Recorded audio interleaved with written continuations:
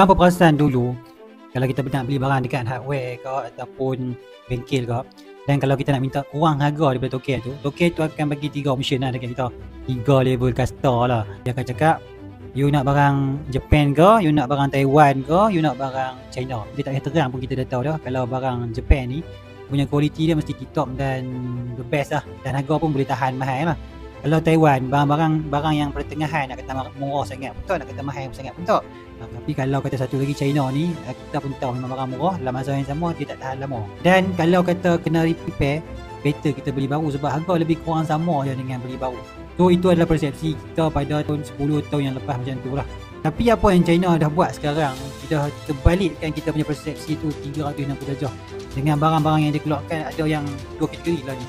Yang ultra murah pun ada, yang nak world class punya standard pun ada.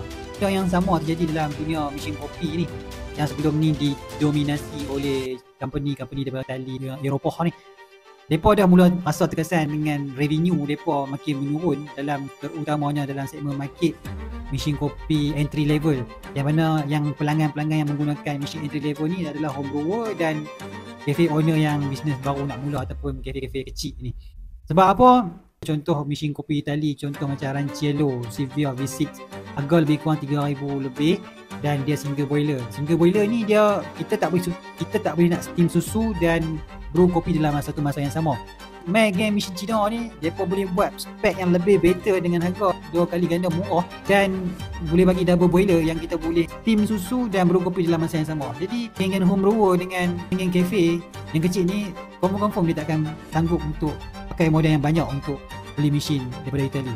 Tapi apa geng-geng mesin Itali dengan Euro buat, mereka relax lah, taklah gelabah. Okey lah, tak apalah, hampa dah masuk segmen market entry level ni. So kita masih ada market yang agak besar dalam premium market ni. So mereka fokus kat situ sebab dalam premium market ni game dia tak sama. Sebab dia premium market ni kualiti, konsisten dan tahan lasak mesin tu amat lah dititik beratkan dalam menghasilkan rasa kopi yang sempurna lah, yang rasa kopi yang sedap. Dalam masa yang sama, mereka juga banyak sponsor secara rasmi untuk pertandingan world class dan menjadi pilihan-pilihan profesional dalam industri kopi ni. Tapi yang paling ingat dengan Cina ni aduk saja. Mereka dah start buat macam-macam kajian, macam-macam function untuk mesin baru mereka ni, sampaikan function tu kita sendiri tak sedar benda tu memang berguna untuk kita. Benda ni, game yang sama Steve Jobs buat untuk barang Apple. Jadi dia punya otak Steve Jobs ni, dia fikir, dia kaji dia punya customer punya demand, sampaikan customer dia sendiri pun tak terfikir, oh benda ni rupanya benda ni memang aku nak pakai pun, sampai tahap macam tu.